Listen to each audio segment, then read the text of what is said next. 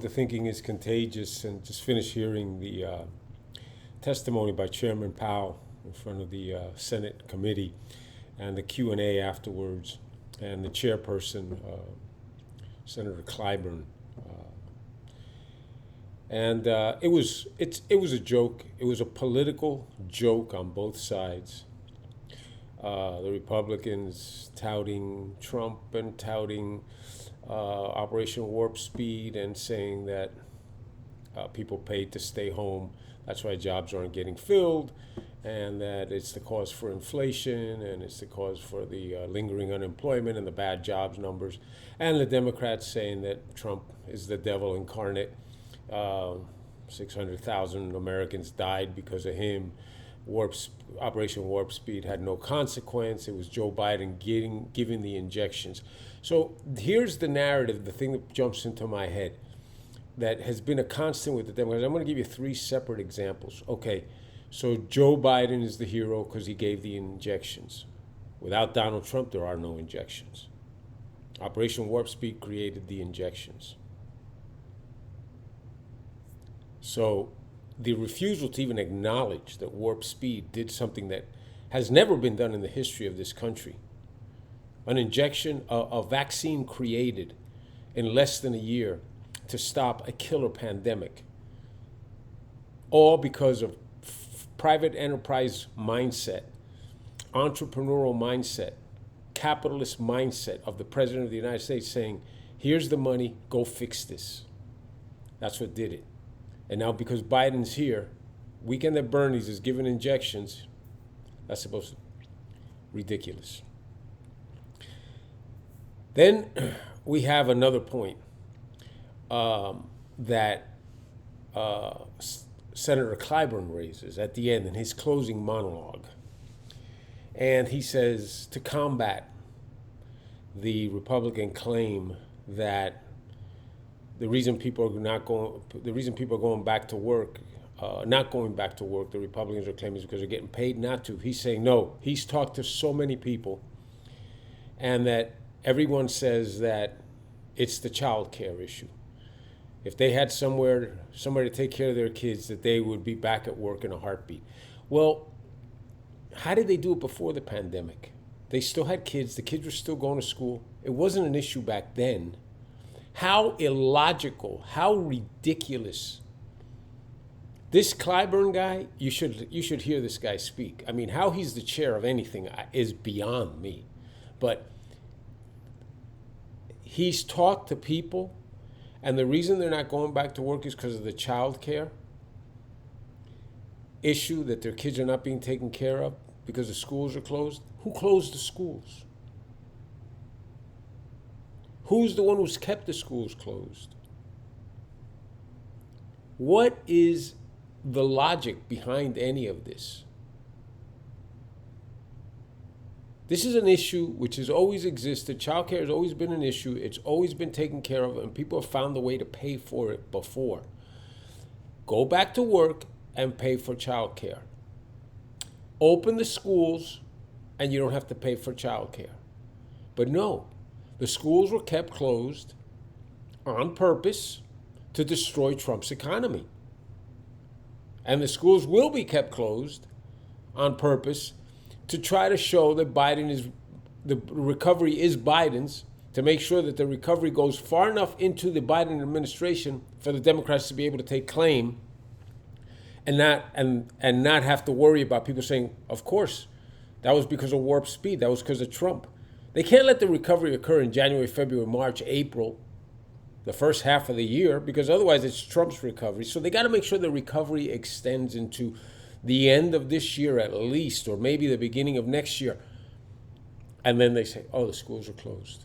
That's why they can't go back to work. No, people can't go back to work. The number one reason people are not going back to work is because they're getting paid enough to stay home. That's number one. Is there a factor of some people being afraid to get sick? Yes, there is. I will say that there is some of that. Is there a factor about that, the fact that the kids, there's the child care issue? Yes, there is. There is a factor to that as well. But that's not the main factor. The main factor is they're getting paid enough to stay home. Period.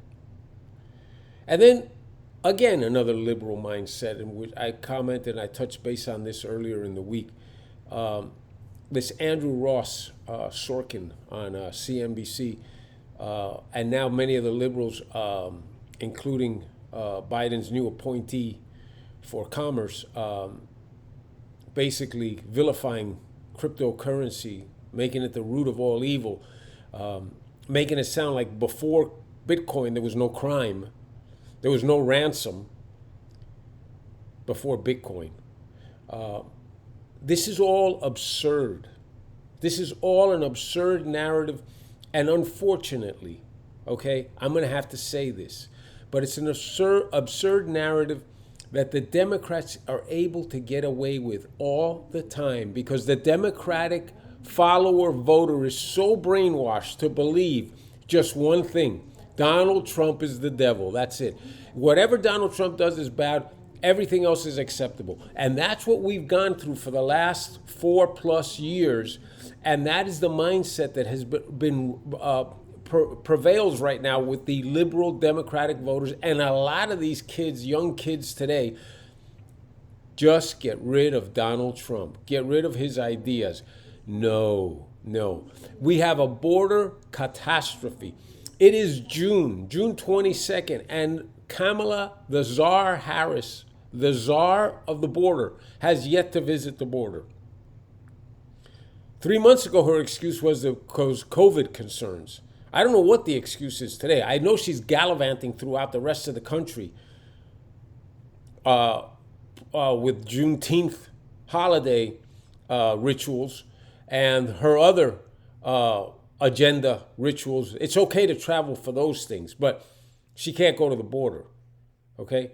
We saw the debacle of Weekend at Bernie's, Joe Biden's administration, when he sat down with Putin in the summit. They carved out 5 or 6 hours. After 3 hours, Putin booted him out. Basically had no more to talk about. And then Biden's trying to say, oh, we covered everything. No, you didn't. There's no respect for you. When people sit down across the table from Joe Biden, they realize that they are talking to a zombie, that he's not there. It's empty sky.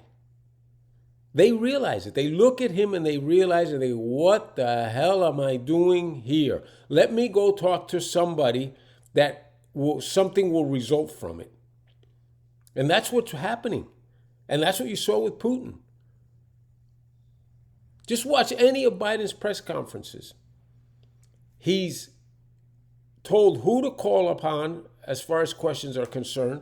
The questions are scripted and preemptive. He answers them, and as soon as he feels he's gotten enough done, he walks out. Period. The agenda that the liberal and the left continue to float about this economy, where it is, where it's going, and how terrible, how racist COVID has been by attacking minorities. No, COVID has not attacked a race. COVID has attacked the entire nation. And because of the sector in which the demographic of this country worked, those were areas that were hit hardest, namely the service industry. Okay? So look at the underlying cause. COVID did not say, let's go affect minorities. COVID shut down the economy. The Democrats willingly shut down the economy. The Democrats have continued to shut down the economy. Broadway will not be open till the fall in New York City. New cases occurring of COVID in Georgia, which has been open, the state that's been open the longest, is 14 per 100,000. New York is 32 per 100,000 today. And New York is still partially shut down. So you tell me who did this right. 30 governors are refusing the additional unemployment money from the feds because they need to get people working. 30. This tells you that the people at the level, at the street level, the ones that live, breathe, eat, and sleep with the people, with the populace, okay, realize what's wrong and realize they need to do something to fix it. But the Washington, D.C.'s, the swamp dwellers, those, they don't care. Their paycheck is uninterrupted. Their insurance is uninterrupted. Their holidays are uninterrupted. COVID has hit. If you want to talk about who it's hit and who it's not hit, I dare you to find me a segment of this population that has been more unaffected by COVID than our congressmen and our senators. They benefited from it. They've become more important, more powerful, more high profile. This is a joke being perpetrated on all of us. And I'm not laughing. And you shouldn't be either. Thanks. Have a good day.